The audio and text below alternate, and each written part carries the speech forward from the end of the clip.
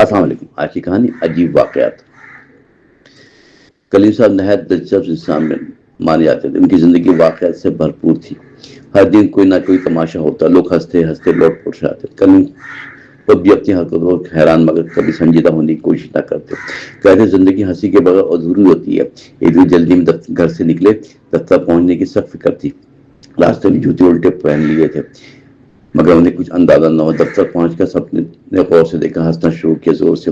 کلیم صاحب نے بھی نیچے دیکھ کر خے لگائے. بولے آج فیشن کچھ نیا آزمایا ہے. سب لوگ مزید ہنسنے لگے زور سے. افسر نے مسکرا دیا. اب واقعی منفرد شخصیت رکھتے ہیں. کلیم جھک کر سلام کیا. فوراً اپنی نشست پر بیٹھ گیا خاموشی سے. مگر ہنسی کا سلسلہ جاری رہا. ایک اور دن وہ سائیکل چلا رہا تھا. اچانک وہ گدھا سامنے آ گیا. کلیم گھبرا کے بریک لگانا بھول کر سیدھا جا کر ٹکرا گیا اس سے. گدھا پھر حیران ہو کر پیچھے ہٹا. لوگ جمع ہو کر ہنسنے لگے. وہاں کلیم اٹھ کر بیٹھ کپڑے جھاڑنے لگے. بولے گدھا بھی بڑا ضدی نکلا. راستہ دینے کی بجائے خود رک گیا. لوگوں نے قہقہ لگا دیے اور داد دی. کلیم صاحب بھی مسکرا کے آگے بڑھ گیا جیسے کچھ ہوا ہی نہ ہو وہاں پر. ان کے انداز میں عجیب بے فکری جو ہر مشکل کو مزہ بنا دیتی تھی. ہر ایک بار انہوں نے کھانا پکانا چاہا. بیوی گھر پہ موجود نہ تھی. اس دن کلیم نے سوچا آج خود کچھ بنائے. کتاب بھول کر ترکیب پڑھنا شروع کیا. نمک چینی میں فرق بول گیا اور کھانے میں چینی زیادہ ڈال دی. پکوان میٹھا عجیب سا بن گیا. دوست آئے تو کھانا پیش کیا.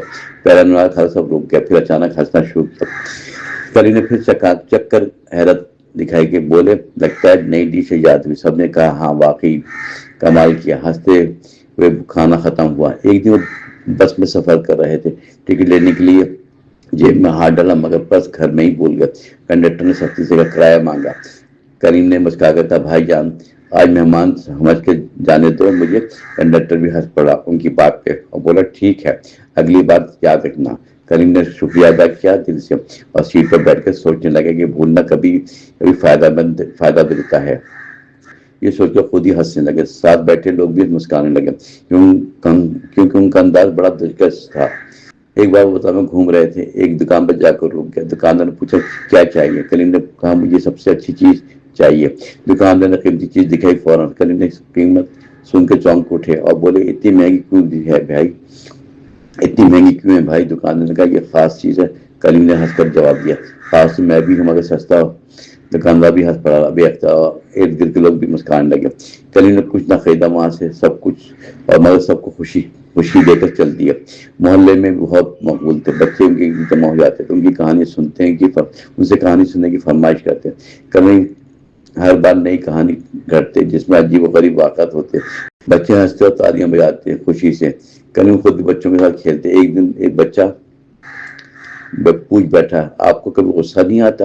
کلیم نے کہا مسکرا کے کہا غصہ آتا ہے مگر بھول جاتا ہے. بچہ ہنس پڑا اور بولا یہ اچھا ہے. کلیم نے یہ کہا یہی زندگی کا راز ہے. ہنسو اور سب کچھ بھول جاؤ. وقت گزرتا گیا مگر عادت نہ بدلی. کلیم ہمیشہ ویسے ہی خوش مزاج رہے.